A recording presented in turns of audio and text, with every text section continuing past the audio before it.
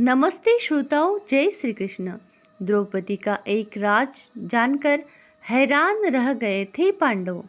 श्रोतागण, कथा अंत तक जरूर सुनिए।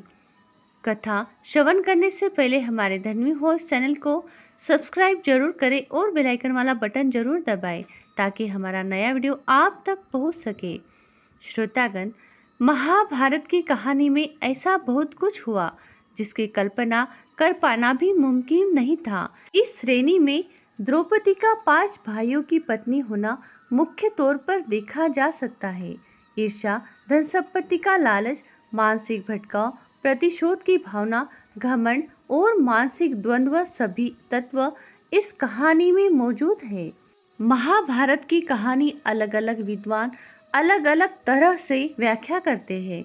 महाभारत से संबंधित कई लोकप्रिय कथाएं भी हैं।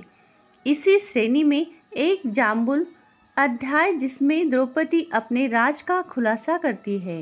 द्रौपदी 5 पांडवों की पत्नी थी, लेकिन वह अपने 5 पतियों को एक समान प्यार नहीं करती थी। वह सबसे ज़्यादा अर्जुन से प्रेम करती थी, लेकिन दूसरी तरफ अर्जुन द्रौपदी को वह प्यार नहीं दे पाए क्योंकि वह कृष्ण की बहन सुभद्रा से सबसे ज़्यादा प्यार करते थे। एक प्रचलित कथानक के मुताबिक पांडवों के निर्वासन 12वें वर्ष के दौरान द्रौपदी ने एक पेड़ पर पके हुए जामुनों का गुच्छा लटकते देखा। द्रौपदी ने तुरंत ही इसे तोड़ लिया।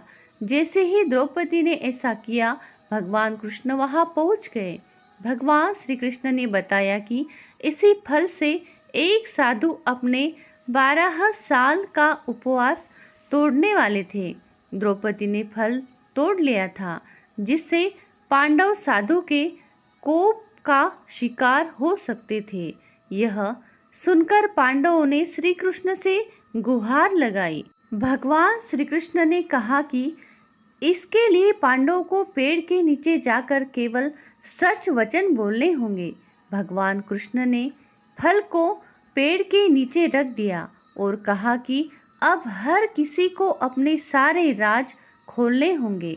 अगर हर कोई ऐसा करेगा तो फल ऊपर पेड़ पर वापस लग जाएगा और पांडव साधु के प्रकोप से बच जाएंगे। सबसे पहले श्री कृष्ण ने युधिष्ठिर को बुलाया। युधिष्ठिर ने कहा कि दुनिया में सत्य, ईमानदारी, सहिष्णुता का प्रसार होना चाहिए, जबकि बेईमानी और दुष्टता का सर्वनाश होना चाहिए। युधिष्ठिर ने पांडव के साथ हुए सभी बुरे घटनाक्रमों के लिए द्रौपदी को जिम्मेदार ठहराया। युधिष्ठिर के सत्य वचन कहने के बाद फल जमीन के 2 फीट ऊपर आ गया। अब श्री कृष्ण ने भीम से बोलने के लिए कहा। साथ ही श्री कृष्ण ने भीम को चेतावनी दी कि अगर तुमने झूठ बोला तो फल जलकर राख हो जाएगा। भीम ने सबके सामने स्वीकार किया कि खाना, लड़ाई, नींद और संभोग के प्रति उसकी आसक्ति कभी कम नहीं होती है। भीम ने कहा कि वह धृतराष्ट्र के सभी पुत्रों को मार देंगे। युधिष्ठिर के प्रति उसके मन में बहुत श्रद्धा है, लेकिन जो भी उसके गधे का अपमान करेगा वह उसे मृत्यु के घाट उतार देगा। इसके बाद फल 2 फीट और ऊपर चला गया। अब अर्जुन की बारी थी। अर्जुन ने कहा कि प्रतिष्ठा और प्रसिद्धि मेरी जिंदगी से ज़्यादा मुझे प्रिय है। जब तक मैं युद्ध में कर्ण को मार नहीं दूंगा, तब तक मेरे जीवन का उद्देश्य पूरा नहीं होगा। मैं इसके लिए कोई भी तरीका अपनाऊंगा, चाहे वह धर्म विरुद्ध ही क्यों न हो। अर्जुन ने भी कुछ नहीं छिपाया। अर्जुन के बाद नकुल और सहदेव ने भी कोई रहस्य ना छिपाते हुए सब सच सच कह दिया। अब केवल द्रौपदी ही बची थी।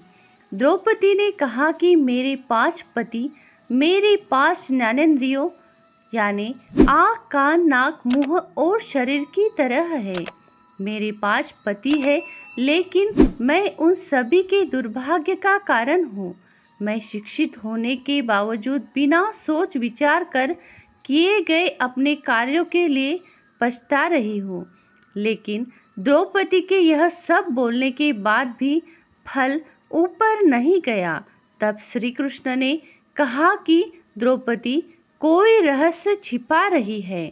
तब द्रौपदी ने अपने पतियों की तरफ देखते हुए कहा कि मैं आप पांचों से प्यार करती हूँ, लेकिन मैं किसी छठवें पुरुष से भी प्यार करती हूँ। मैं कर्ण से प्यार करती हूँ। जाति की वजह से उससे विवाह नहीं करने का मुझे अब पछतावा होता है। अगर मैंने कर्ण से विवाह किया होता तो शायद मुझे इतने दुख नहीं झेलने पड़ते। तब शायद मुझे इस तरह के कड़वे अनुभवों से होकर नहीं गुजरना पड़ता। यह सुनकर पांचों पांडव हैरान रह गए, लेकिन किसी ने कुछ नहीं कहा। द्रौपदी के सारे रहस्य खोलने के बाद श्री कृष्ण के कहे अनुसार फल वापस पेड़ पर पहुंच गया। इस घटना के बाद से पांडवों को यह एहसास हुआ कि 5 बहादुर पतियों के होने के बावजूद वह अपनी पत्नी की जरूरत के समय रक्षा करने नहीं पहुँचे। जब द्रौपदी को उनकी सबसे ज़्यादा ज़रूरत थी तो वे कभी उसके साथ खड़े नहीं हुए। इस पौराणिक कहानी का एक निहितार्थ यह भी हो सकता है कि हर किसी के कुछ राज होते हैं जिन्हें वह खुद तक सीमित रखता है। कई बार ये राज अपनों को चोट पहुंचाने के डर से छिपाकर रखे जाते हैं। श्रोतागण, ऐसे ही अलग और रोचक कहानी सुनने के लिए हमारे धर्मी होस्ट चैनल को लाइक करें, सब्सक्राइब करें, शेयर करें और बेल आइकन वाला बटन जरूर दबाएं ताकि हमारा नया वीडियो आप तक पहुंच सके। कमेंट में जय श्री कृष्णा जरूर लिखें। कथा अंत तक सुनने के लिए आपका बहुत बहुत धन्यवाद। बोलो जय श्री कृष्ण। मिलते हैं अगली कथा में।